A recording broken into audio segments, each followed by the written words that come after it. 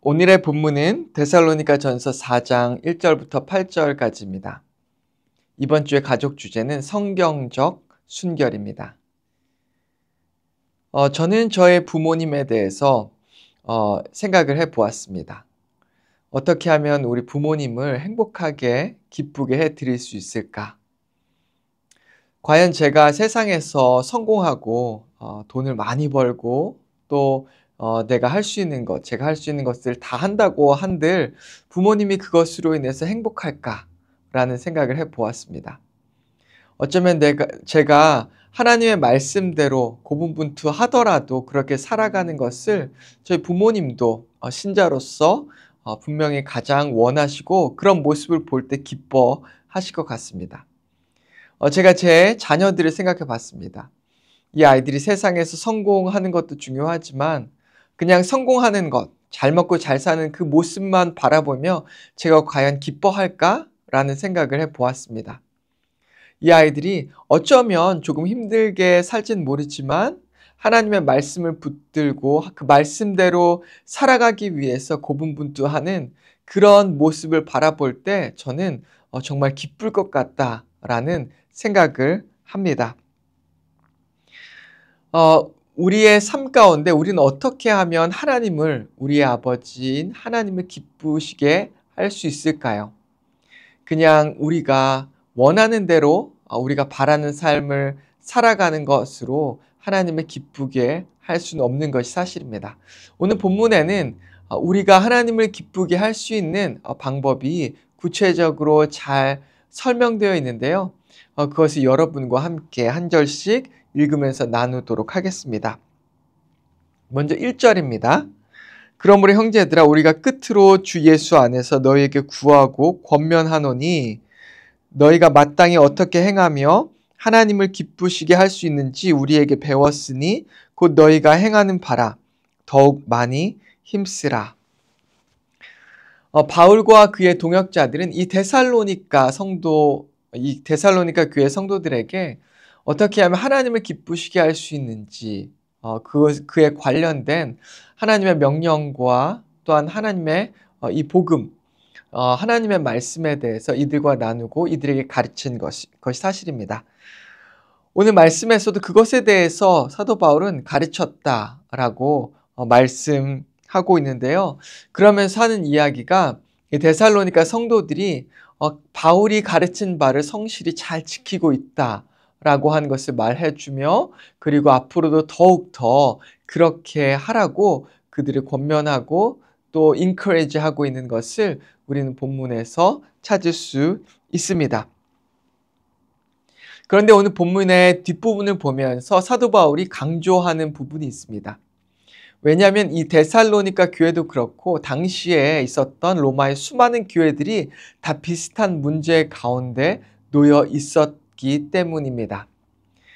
그들이 가지고 있었던 가장 큰 문제 중에 하나는 바로 이 문화와 헬라의 문화로 인하여서 그 문화 속에서 자라났고 생활하는 이 이방인들이 교인이 되었을 때 하나님께서 그들에게 주신 이 말씀을 온전하게 지키지 못할 때가 있다라고 하는 것입니다.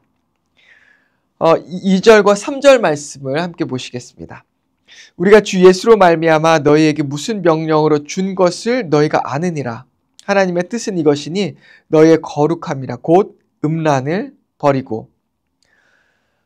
사도 바울은 당시에 있었던 이 이방인 크리스찬들이 교회에서 하나님의 말씀을 잘 지키고 또한 섬겼지만 그들이 가지고 있었던 한 가지 부족했던 것은 바로 이 로마와 헬라의 문화로 인해서 성적으로 부도덕한 것들이 나타난다라고 했는 것입니다.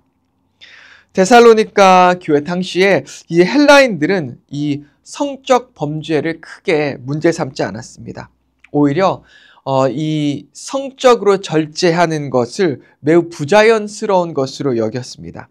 그래서 당연스럽게도 이 로마 남자들은 결혼, 이 가정 이외에 다른 여자들과 바람을 피는 것 혹은 미소년과 잠자리하는 것도 별로 크게 문제 삼지 않고 그것을 오히려 당연하게 생각한 것이 바로 당시의 문화인 것입니다.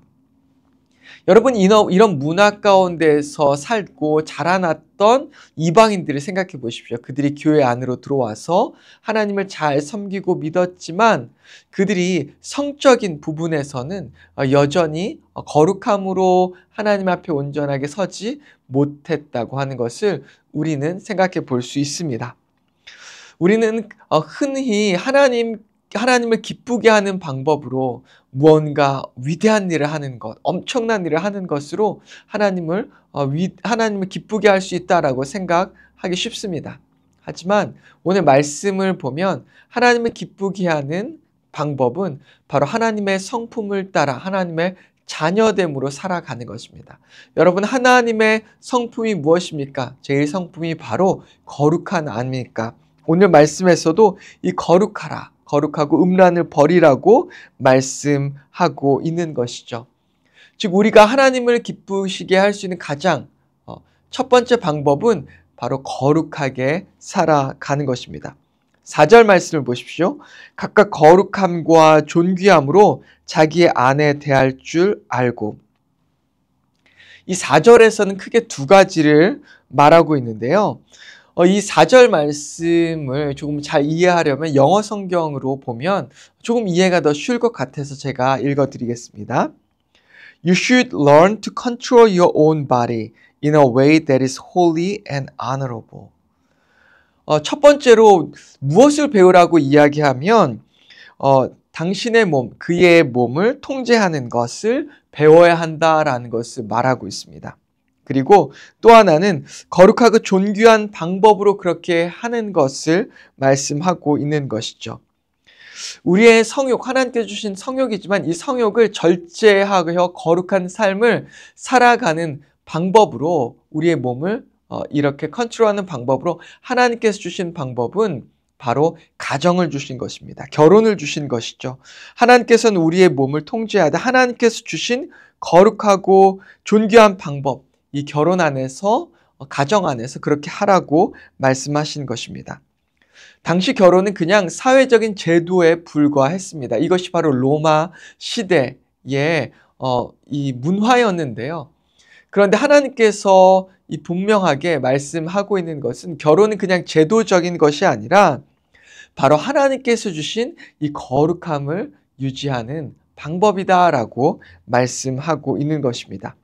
제도적으로 도덕적으로 무너진 가운데 하나님의 말씀으로 세울 수 있는 것이 바로 이 결혼 안에서 이루어질 수 있다는 것을 다시 한번 이야기하고 있는 것이죠. 우리 마지막으로 5절과 6절 말씀을 읽겠습니다. 하나님을 모르는 이방인과 같이 세욕을 따르지 말고 이 일의 분수를 넘어서 형제를 해하지 말라.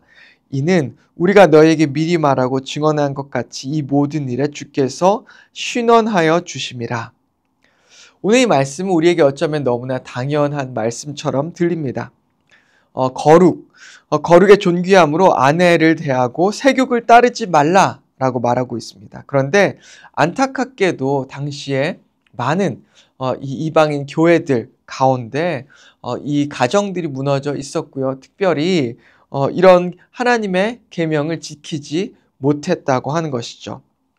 오늘은 어떨까요? 오늘도 이와 크게 다르지 않을 것 같습니다. 아무리 예수님을 믿는다고 하지만 이 이혼율을 본다면 예수님을 믿는 사람이나 믿지 않는 사람이나 그 이혼율이 일바 동일하다고 합니다. 그리고 또 이 예수님을 믿는 사람들 중에서도 외도가 너무나 많은 것이 오늘날의 현실인 것이죠. 오늘 말씀을 묵상하면서 우리가 한번 생각해 봐야 하는 것이 있습니다. 우리가 사도 바울이 재차 이 데살로니가 교인들에게 강조한 것이 바로 사도 바울이 그들에게 주었던 가르침, 즉 하나님의 말씀이었고 예수 그리스도의 말씀이었고 그리고 이것이 바로 명령이라고 하는 것을 다시 한번 그들에게 말하며 강조하는 것이 바로 오늘의 말씀인 것이죠. 우리의 삶을 거룩하게 살라라고 하는 것은 하나님의 명령이고 또한 말씀인 것입니다. 그리고 그것으로 우리는 하나님을 기쁘시게 할 수 있다고 하는 것을 우리는 기억해야 합니다. 오늘날 이 어쩌면 도덕적으로 타락한 이 세상을 살아가는 우리들에게 너무나 쉽게 우리를 시험하고 있는 것이 이 세상의 문화입니다. 우리의 눈과 우리의 귀와 우리의 마음을 너무나 쉽게 빼앗을 때가 많습니다. 그런데 그럴 때 우리가 우리의 마음을 지키고 우리의 눈을 지키고 귀와 입술을 지키고 우리의 삶을 지키는 방법은 오직 하나님의 말씀밖에 없는 것이죠. 사도 바울이 재차 그들에게 하나님의 말씀, 하나님의 명령을 다시 한번 가르쳐주고 강조하며 그들에게 다시 하나님의 말씀을 들려주었던 것처럼 우리도 우리의 삶 가운데 우리의 마음에 계속해서 하나님의 말씀을 넣어줄 때 우리의 마음이 세상의 유혹들에게 미혹되지 않고 그리고 굳건하게 서서 하나님의 말씀대로 거룩을 지키며 하나님을 기쁘시게 할 수 있다고 하는 것을 우리는 기억해야 하는 것입니다. 여러분, 오늘 우리의 삶을 살아갈 때 세상은 여전히 우리의 눈을 현혹하고 또한 미혹합니다. 우리의 마음을 시험합니다. 그럴 때 여러분 하나님의 말씀으로 우리의 마음을 지키십시오. 계속해서 말씀을 들으시고 그리고 말씀을 가까이 하시기 바랍니다. 그리하여 세상의 시험을 이겨내고 우리의 마음을 지키고 우리의 가정을 지키고 우리의 교회를 지키고 또한 하나님의 나라를 세워가여 복음을 땅끝까지 증거하는 저와 여러분 되기를 주님의 이름으로 축원합니다. 함께 기도하겠습니다. 하나님 아버지 감사합니다. 오늘 우리에게 이 말씀을 주시며 감사합니다. 당시에 수많은 이 그리스도인들이 이 성적인 유혹으로 인하여서 넘어졌던 그것을 보았습니다. 아버지, 그들이 하나님을 기쁘게 할 수 있는 것은 무언가 위대한 일을 행하는 것이 아니라 자신의 몸을 거룩하게 지키는 것이었습니다. 오늘날 우리가 이 땅을 살아갈 때 동일한 것으로 우리가 하나님을 기쁘게 할 수 있다고 하는 것을 깨닫고 우리의 마음을 지키고 우리의 눈을 지키고 우리의 몸을 지키고 우리의 삶을 지켜 우리의 거룩함으로 하나님께 영광 돌릴 수 있도록 주여 인도하여 주시옵소서. 예수님의 이름으로 기도했습니다. 아멘.